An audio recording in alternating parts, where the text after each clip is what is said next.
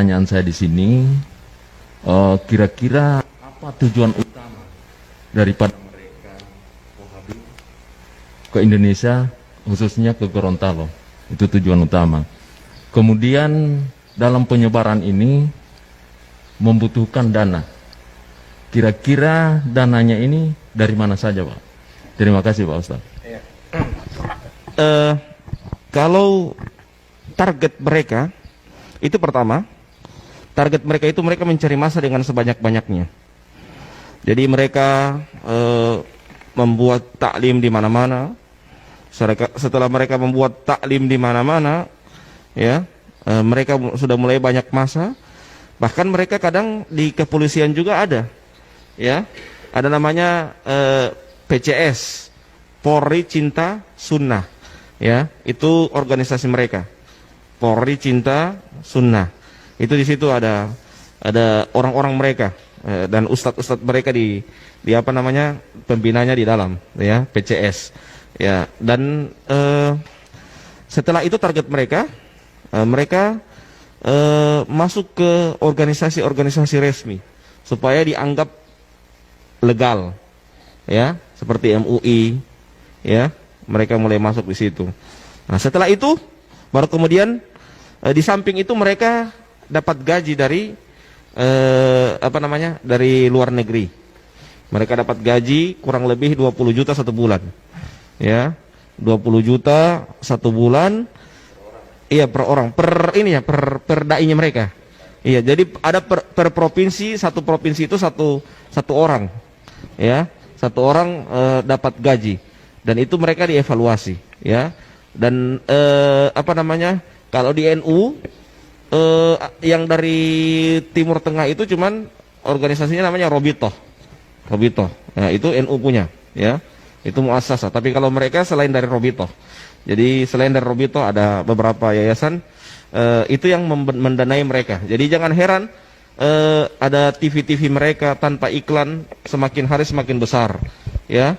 Sekolah-sekolah mereka tanpa bantuan tiba-tiba langsung besar. Dari mana dana seperti itu? Jadi mereka punya dana memang demikian. Dan sering tiap tahun kadangkala ada orang-orang yang dari luar negeri mereka undang, lihat tanah ini, lihat tanah ini, lihat tanah ini, dan itu tiba-tiba langsung ada pembangunan yang bertingkat-tingkat, dan juga alat, juga kamera yang cukup besar, ya, dan lebih tinggi kualitasnya dari Indonesia, karena memang mereka sudah diberikan bantuan seperti itu. Saya kemarin ditawarkan beberapa 10 tahun yang lalu, ya, ditawarkan, bagaimana Ustadz Robi, kalau antum mau kami belikan kamera dan nanti bawa ke Gorontalo untuk dakwah di sana.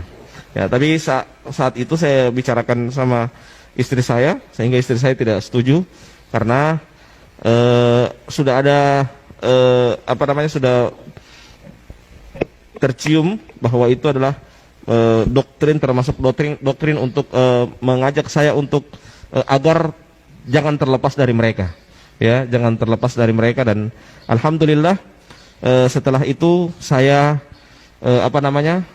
setelah itu saya dengan bertambahnya tahun saya masuk ke grup Bahsul Masail NU. Di situ mulai cakrawala saya mulai terbuka, ya. Di samping itu juga saya ketemu dengan orang-orang Gorontalo, termasuk Habib Salim, ya, diskusi, ya, termasuk juga ada teman saya yang di Jawa yang pernah juga duet sama Habib Salim, namanya Ustadz Zulfikar Harun, ya.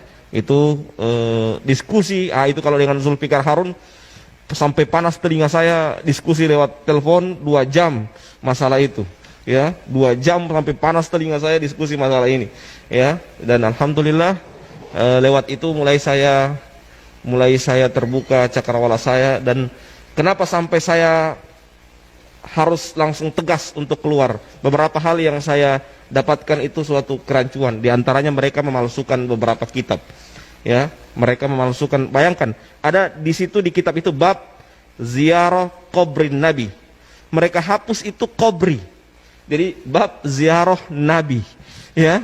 Jadi mereka, jadi dipalsukan kitabnya sampai demikian. Bayangkan, ziarah kubur Nabi, dihapus kubrinya, ya, cuman ziarah Nabi yang ditulis. Yang mulai dari situ saya mulai, Allah, berarti ada hal yang rancu ini. Yang kedua, mereka menanamkan kebencian yang tidak disukai oleh gurunya, bukan tidak disukai oleh syariat.